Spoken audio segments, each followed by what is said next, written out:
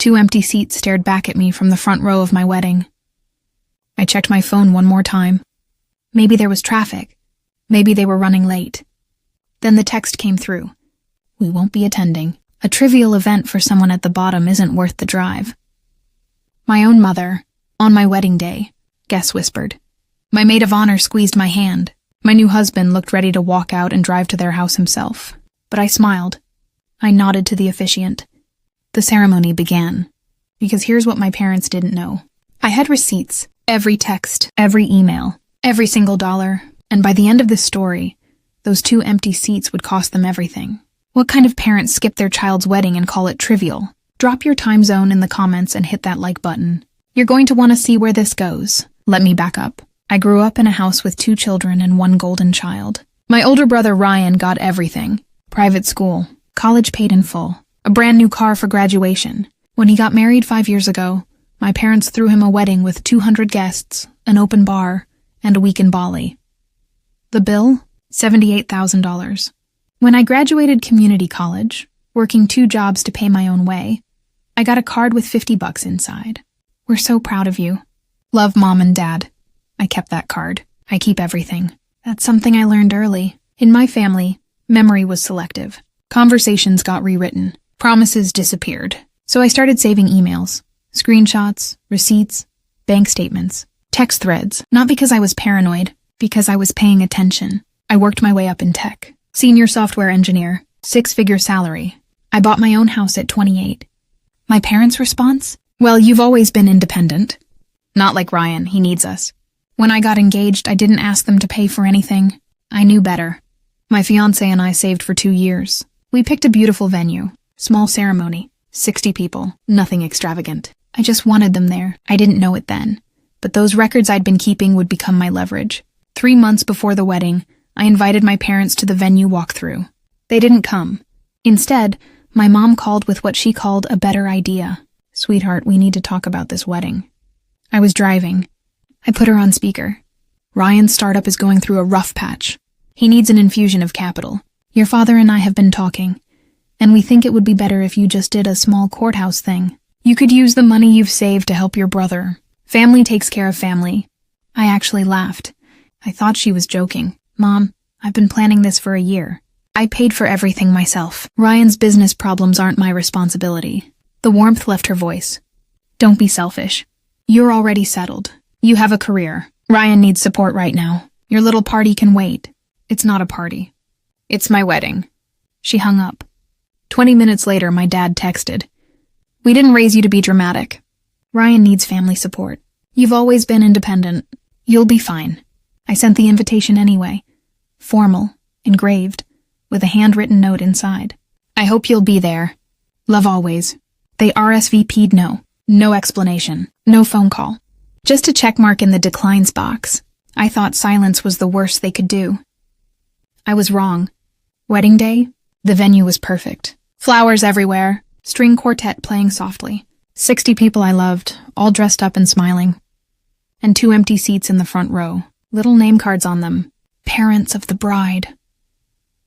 The officiant paused for just a second when the music started, like he was waiting for someone to slip in late. I shook my head. He nodded. We began. I made it through the ceremony. I smiled. I said my vows. I kissed my husband. At the reception, my aunt leaned over during dinner. Honey, where are your parents? Are they okay? They couldn't make it. She didn't push, but I saw her exchange a look with my uncle.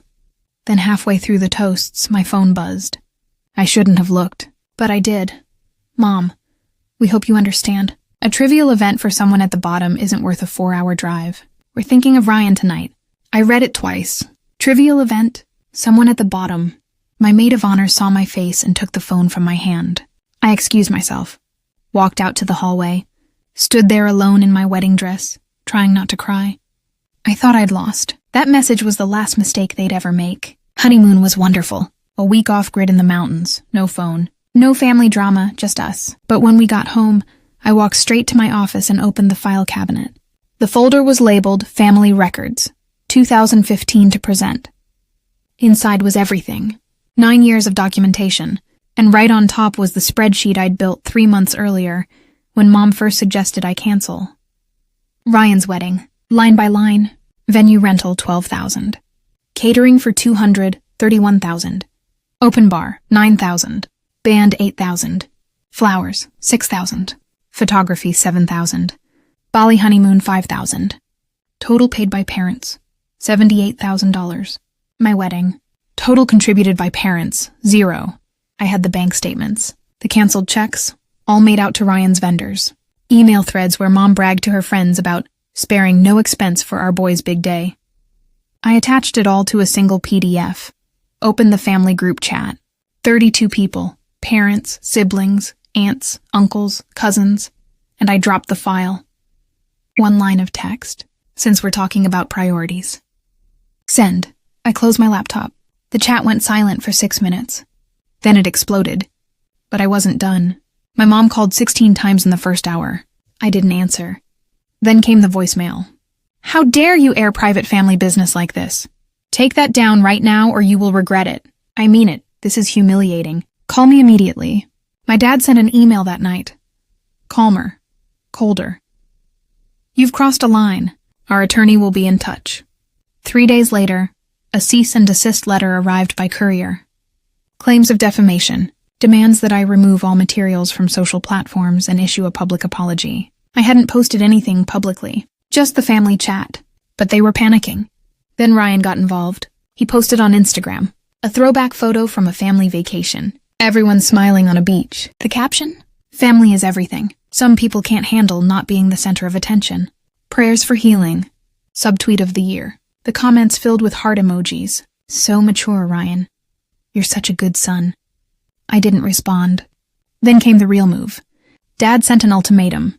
Email. Subject line. Final offer. Co-sign a $60,000 business loan for your brother by Friday, or you are no longer our child. We will remove you from our will. We will tell the entire family what you've done. Your choice. This is your last chance to do the right thing. They thought I'd fold. They had no idea what else I had. I went back to the file cabinet. Pulled a different folder. Bank records, 2021 to 2024. 3 years of statements. Highlighted in yellow, every single month, like clockwork, I'd sent my parents money. $1,000. Venmo, Zelle, direct transfer. The memo lines told the story. Utilities. Mortgage help. Car payment. Emergency. Month after month after month. 36 months. $36,000. Not a single dollar repaid. Not even acknowledged. And here's the part that made my blood boil. I cross-referenced the dates with Ryan's Instagram. The same week I sent $2,000 for emergency dental work. Ryan posted from Aspen. Ski trip. Luxury lodge. The month I covered their car payment, he bought a jet ski. I had the screenshots, the transaction logs, the text requests from Mom. Sweetie, can you help us out this month? Things are tight. Just $500 to get us through. You know we'd do the same for you. Except they wouldn't. And they hadn't. I compiled it into a PDF. 37 pages. Sent it to their attorney with a subject line. Re-defamation claim, evidence attached. CC'd the entire family group chat. The lawyer went quiet. But I still didn't know why they were doing this. 2 days later, my cousin Jenna texted me. Can we talk? In person? Jenna's a paralegal.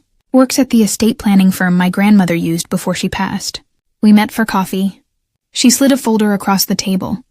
I could lose my job for this. But you need to know. Inside was a copy of my grandmother's trust documents. She died 4 years ago, left equal trusts for both grandchildren, $150,000 each. Distribution terms were clear. Age 30 or upon marriage, whichever came first. I turned 30 last year. I got married 3 weeks ago. Either event should have triggered my payout. My parents were the trustees. I'd never seen a single statement. Jenna flipped to the transaction log. Loan to R. Patterson. $40,000. Administrative expenses. $15,000. Trustee fees. $18,000. Current balance for my share. $62,000. Almost $90,000 gone. Ryan had already burned through his entire trust, and they'd been borrowing from mine to cover his debts and their own expenses.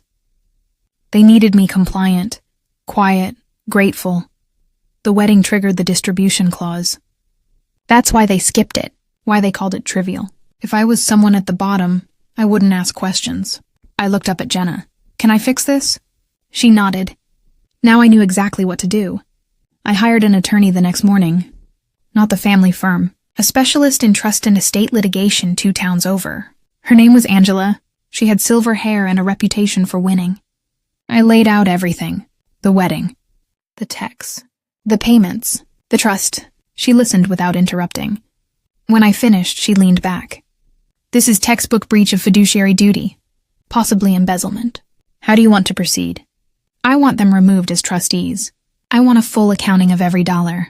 And I want what's mine. They'll fight. Let them. She smiled. We'll file tomorrow. The petition was 32 pages.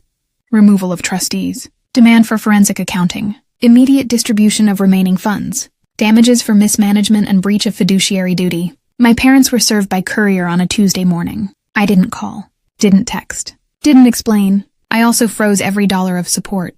Blocked their numbers. Blocked Ryan. Removed myself from the family group chat.